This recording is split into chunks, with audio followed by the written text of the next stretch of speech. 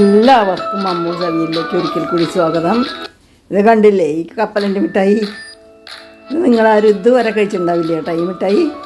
ഇത് ഞാനാണ് ആദ്യമായിട്ട് ഉണ്ടാക്കിയതെന്ന് എനിക്ക് തോന്നണേ. ഇവിടെ എല്ലാവർക്കും ഇഷ്ടപ്പെട്ടു, എല്ലാവരും നല്ല അഭിപ്രായം പറഞ്ഞു. അപ്പം ഞാൻ നിങ്ങൾക്ക് മുമ്പിൽ ഇത് എത്തിക്കുകയാണ്. എല്ലാവരും ഇത് ഉണ്ടാക്കി നോക്കണം. വളരെ കുറച്ച് സാധനങ്ങൾ മതി. ഞങ്ങൾ പ്രതീക്ഷിക്കാത്ത സാധനമാണ് ഇതിൽ ഞാൻ ഇടാൻ പോണത്. കപ്പലണ്ടിക്ക് വരെ ഞാൻ ഇടാൻ പോണത് ഇതാ ചക്കക്കുരുവാണ്. ചക്കക്കുരു ഒന്ന് നല്ല പോലെ വറുത്തെടുക്കുക. അത് വേണമെങ്കിൽ തൊലി കളഞ്ഞിട്ട് വറുക്കാം, അല്ലെങ്കിൽ ഇങ്ങനെ തൊലിയോട് കൂടിയിട്ടും വറുക്കാം. അത് നിങ്ങളുടെ ഇഷ്ടം. അല്ലെങ്കിൽ ആ തൊലി കളഞ്ഞതിന് ശേഷം വറുക്കുക.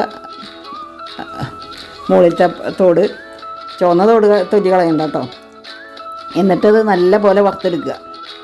തൊലിയൊക്കെ നല്ലോണം കഴിഞ്ഞ് നല്ല പോലെ വറുത്തെടുത്തതിന് ശേഷം നമുക്കപ്പോഴേക്കും കുറച്ച് അത് ചൂടാറായിരിക്കട്ടെ. അപ്പോഴേക്കും നമ്മൾ കുറച്ച് ശർക്കര ഉരുക്കാൻ വെച്ചിട്ടുണ്ട്. ആവശ്യത്തിന് ശർക്കര കേട്ടോ. ഞാനിത് മുഴുവനൊന്നും ഉപയോഗിക്കുന്നില്ല, കുറച്ചധികം ശർക്കരപ്പാനി ഉണ്ടാക്കി വയ്ക്കാനാണ്. അപ്പോൾ നിങ്ങൾ അളവിനനുസരിച്ച് ചക്കക്കുരുവിനനുസരിച്ച് ശർക്കര എടുക്കുക. അത് നിങ്ങൾക്ക് അറിയാമല്ലോ. അപ്പോൾ ശർക്കര ഒഴുകണതിൻ്റെ ഇടയിൽ നമുക്ക് ഒരു കാര്യം ചെയ്യാം. നമുക്ക് ചക്കക്കുരു തണുത്ത് തുടങ്ങിയിട്ടുണ്ട്. അപ്പോൾ ചക്കക്കുരുവിൻ്റെ തൊലി കളയാം. ഈ ചക്കക്കുരു എന്ന് പറഞ്ഞ സാധനം വളരെ ഗുണമുള്ള സാധനമാണ്. നമ്മൾ കഴിക്കുന്നതിനനുസരിച്ചാണ് അതിൻ്റെ ദോഷം പറയുന്നത്, മറ്റുള്ള ഭക്ഷണങ്ങളെ പോലെ തന്നെ. ഇതുകൊണ്ട് യാതൊരു ദോഷമില്ല എന്ന് തന്നെ പറയാം. പറഞ്ഞു കഴിഞ്ഞാൽ വളരെയധികം ഗുണങ്ങളാണ് ഇതിനുള്ളത്. Protein, vitamin B complex, iron, calcium, copper, potassium, magnesium, zinc, ഇങ്ങനെ ശരീരത്തിൻ്റെ മിക്ക ആവശ്യങ്ങൾക്കുള്ള എല്ലാത്തിൻ്റെയും നല്ലൊരു സ്രോതസ്സാണ് ചക്കക്കുരു. എന്നാലോ കൊഴുപ്പിൻ്റെ അളവാണെങ്കിൽ വളരെ സീറോ. ചുരുക്കി പറഞ്ഞാൽ ആരോഗ്യത്തിന് പല ഗുണങ്ങളേകുന്ന ഒരു ഭക്ഷണ വിഭവമാണ് ഈ ചക്കക്കുരു എന്ന് പറയുന്നത്. അപ്പോൾ ഈ ചക്കക്കുരു കഴിച്ചു കഴിഞ്ഞാൽ പ്രതിരോധശേഷി വർദ്ധിക്കും, കണ്ണിൻ്റെയും ആരോഗ്യത്തിന് നല്ലതാണ്, പ്രമേഹം നിയന്ത്രിക്കാൻ നല്ലതാണ്, ദഹനപ്രശ്നങ്ങൾ ഉണ്ടാക്കില്ല എന്ന് മാത്രമല്ല ഇതിലടങ്ങിയിരിക്കുന്ന ഫൈബർ ദഹനം എളുപ്പമാക്കാൻ സഹായിക്കുകയും ചെയ്യും. അതേസമയം മറ്റുള്ള ഭക്ഷണങ്ങളെപ്പോലെ തന്നെ കഴിച്ച ചക്കക്കുരുവും ദോഷം തന്നെ. അപ്പോൾ ചക്കക്കുരു കൊണ്ട് നമുക്കൊരു മിഠായി ഉണ്ടാക്കി നോക്കാമെന്ന്. ഇപ്പോൾ പലരും ചക്കക്കുരു പലതിനും ഉപയോഗിക്കുന്നുണ്ട്, പല വിഭവങ്ങളും ഉണ്ടാക്കുന്നുണ്ട്. അപ്പോൾ ഞാനിന്നൊരു മിഠായി ഉണ്ടാക്കി നോക്കണേ. കപ്പലണ്ടി മിഠായിക്ക് പകരം ചക്കക്കുരു മിഠായി. അപ്പോൾ അത് ആ ശർക്കര ഉരുകി വന്നിട്ടുണ്ട്. ഇപ്പോൾ നമുക്കിനി അത് അരിച്ചെടുക്കാം. പിന്നെ ചക്കക്കുരുവിൻ്റെ കാര്യം പിന്നെയും പറയാൻ എനിക്ക് തോന്നുകയാണ്. ചക്കക്കുരു ചീത്ത കൊളസ്ട്രോളിനെ കുറയ്ക്കും, ചർമ്മത്തിനെ ബാധിക്കുന്ന പലവിധ പ്രശ്നങ്ങളെയും അകറ്റി നിർത്താനുള്ള കഴിവ് ചക്കക്കുരുവിനുണ്ട്. പിന്നെ ഇതിലടങ്ങിയ ഫൈബറും ആൻറ്റി ഓക്സിഡൻസുമാണ് ഇതിനൊക്കെ സഹായിക്കുന്നത്.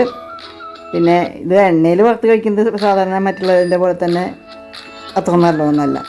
ഇതപ്പോൾ നമ്മൾ ചക്കക്കുരു മിഠായി ഉണ്ടാക്കി വെച്ച് കഴിഞ്ഞാൽ ഇടയ്ക്ക് കഴിക്കാൻ നല്ലതാണ്. നമുക്ക് ഉച്ചയ്ക്ക് ഊണ് കഴിഞ്ഞാലൊക്കെ ഒരു കഷ്ണം കഴിക്കാൻ നല്ലതാണ്. എല്ലാവർക്കും ഇഷ്ടമായി, അതുകൊണ്ടാണ് ഞാൻ ഇത് ഉണ്ടാക്കി കാണിച്ചു തരുന്നത്. ഇപ്പോൾ പലരും ചക്കക്കുരു ഉണക്കി പൊടിച്ചും പല ഇതും കേക്കും അതും ഇതൊക്കെ ഉണ്ടാക്കുന്നുണ്ട്. അപ്പോൾ ഞാൻ എന്തൊരു മിഠായി ഉണ്ടാക്കണേ. അപ്പോൾ അത് നമുക്ക് എങ്ങനെയാണ് ഉണ്ടാക്കാമെന്ന് നോക്കാം കേട്ടോ. ഇതിന് വേണ്ട സാധാരണ കപ്പലണ്ടി മിഠായിക്ക് ഉണ്ടാക്കേണ്ട സാധനങ്ങളൊക്കെ തന്നെ ശർക്കര, ചുക്കുപൊടി, ഇതൊക്കെ തന്നെ, ഏലക്കാപ്പൊടി, ഇതൊക്കെ തന്നെയാണ് വേണ്ടത്. അപ്പോൾ ഞാൻ ചക്കക്കുരു തൊലി കളഞ്ഞെടുത്തിട്ടുണ്ട്. ഇനി അതിനെ നമുക്കൊന്ന് പൊടിച്ചെടുക്കണം. അതിൻ്റെ ചുവന്ന തൊലി കളയേണ്ട ആവശ്യമില്ല കേട്ടോ. നമ്മൾ കപ്പലണ്ടിയും ചുവന്ന തൊലി കളയേണ്ട ആവശ്യമില്ല കേട്ടോ.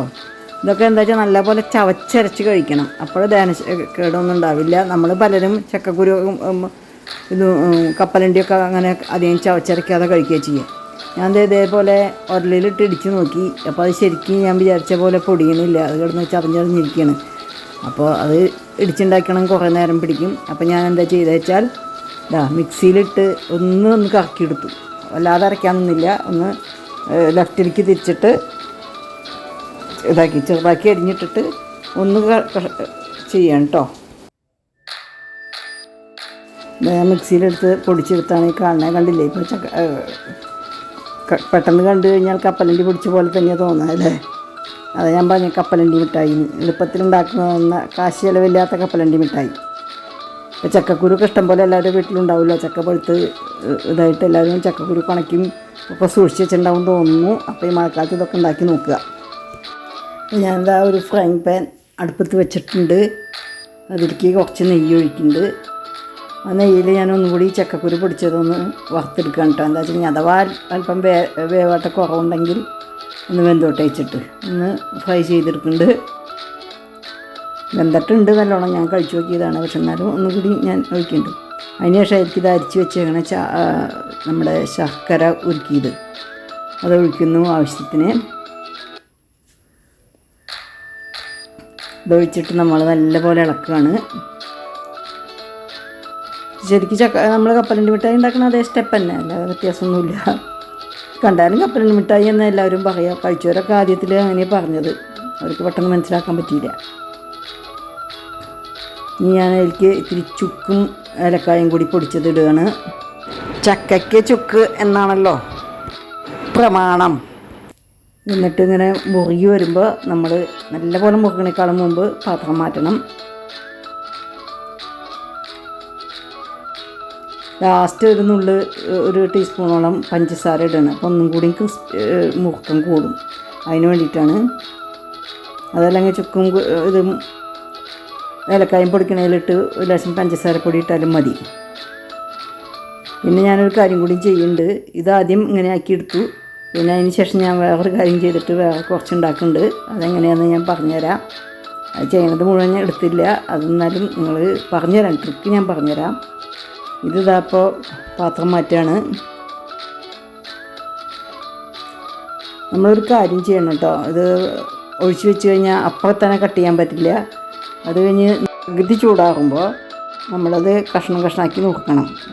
നല്ലപോലെ തണുക്കാൻ വെച്ച് കഴിഞ്ഞാൽ പിന്നെ അത് ചിലപ്പോൾ കട്ട് ചെയ്യാൻ പറ്റിയെന്ന് വരില്ല. നല്ല മുറുകിപ്പോയാൽ നല്ലപോലെ കട്ട് ചെയ്യാൻ പറ്റിയെന്ന് വരില്ല. അതുകൊണ്ട് നമ്മൾ ഇങ്ങനെ പകുതി ചൂടാകുമ്പോൾ ഇത് മുറിക്കണം. ഇങ്ങനത്തെ മിക്ക സാധനങ്ങൾ ഉണ്ടാക്കുമ്പോഴും അതാണ് ചെയ്യേണ്ടത്. അല്ലെങ്കിൽ ചിലപ്പോൾ തണുത്ത് കഴിഞ്ഞാൽ ചിലപ്പോൾ നമുക്കത് മുറിക്കാൻ പറ്റില്ല. അപ്പോൾ എന്നിട്ട് നമുക്ക് മുറിച്ച് കഴിക്കാം. ഇനി ഞാൻ വേറെ തരത്തിലുണ്ടാക്കണു. ഇതിൽ ഞാൻ എന്താ ചെയ്തത് വെച്ചാൽ അത് ഞാൻ കാണിക്കാൻ വീഡിയോ എടുക്കാൻ വിട്ടുപോയി. 1 സ്പൂൺ കോൺഫ്ലവർ കലക്കിയിട്ട് ഒഴിച്ചു, കുറച്ചെടുത്തിട്ട് 1 സ്പൂൺ. അതിൻ്റെയാണ് ആ വെള്ള കളർ കാണുന്നത് ഇതിന്. എന്നിട്ട് ഞാൻ ഒന്നും കൂടി മുറുക്കിയെടുത്തു. അപ്പോൾ ചിലർക്ക് എന്താ വെച്ചാൽ നല്ലപോലെ ഒട്ടണ മിഠായി ആയിരിക്കും ഇഷ്ടമല്ലോ. അത് എന്നിട്ട് വേറെ പാത്രത്തിലേക്ക് ഇട്ടു. ഇത് വേറെ തരത്തിലുണ്ടാക്കിയതാണ്. അപ്പോൾ ഒന്നും കൂടിയും ക്രിസ്പിയാവും, ഒന്നും കൂടിയും ഒട്ടലുണ്ടാവും കപ്പലണ്ടി മിഠായി. അപ്പോൾ കപ്പലണ്ടി മിഠായി പോലെ ഒട്ടിപ്പിടിക്കട്ടെ നമ്മുടെ മധുരം വിളമ്പാൻ. നമുക്ക് എല്ലാവരും ഇങ്ങനെ ഈ സ്നേഹമധുരത്തിൽ ഒട്ടിപ്പിടിച്ച് എല്ലാവരും ഇരിക്കട്ടെ. അങ്ങനെ നമുക്ക് സ്നേഹത്തോടു കൂടി മധുരം വിളമ്പിയിട്ട് ജീവിതം ആസ്വാദികരമാക്കാം. ഇനി പുതിയൊരു വീഡിയോയുമായി നിങ്ങൾക്ക് മുമ്പിലെത്തുന്നത് വരേക്കും എല്ലാവരും സുഖത്തോടും സന്തോഷത്തോടും ഇരിക്കാൻ വേണ്ടി പ്രാർത്ഥിക്കുന്നു. അപ്പോൾ എൻ്റെ വീഡിയോ ഒക്കെ നിങ്ങൾക്ക് ഇഷ്ടപ്പെടുന്നുണ്ടെന്ന് കരുതുന്നു. കമൻറ്റും ലൈക്കും തന്നിട്ടുണ്ടെങ്കിൽ ഒരു സങ്കടമില്ല കേട്ടോ. സന്തോഷത്തോടു കൂടി സ്വീകരിക്കും. അതുപോലെ സബ്സ്ക്രൈബ് ചെയ്യാത്തവരാണെങ്കിൽ സബ്സ്ക്രൈബ് ചെയ്യും എന്ന പ്രതീക്ഷയോടുകൂടി എല്ലാവർക്കും സന്തോഷവും സമാധാനവും നിറഞ്ഞ ദിനങ്ങൾ ആശംസിച്ചുകൊണ്ട് നിങ്ങളെല്ലാവരും ഇതുണ്ടാക്കി നോക്കി അഭിപ്രായം എന്നെ അറിയിക്കുമെന്ന പ്രതീക്ഷയോടുകൂടി വീണ്ടും കാണാമെന്ന പ്രത്യാശയോടെ സസ്നേഹം വിട പറയുന്നു. നിങ്ങളുടെ PM കോങ്ങാട്ടിൽ. എല്ലാവർക്കും നന്ദി, നമസ്കാരം.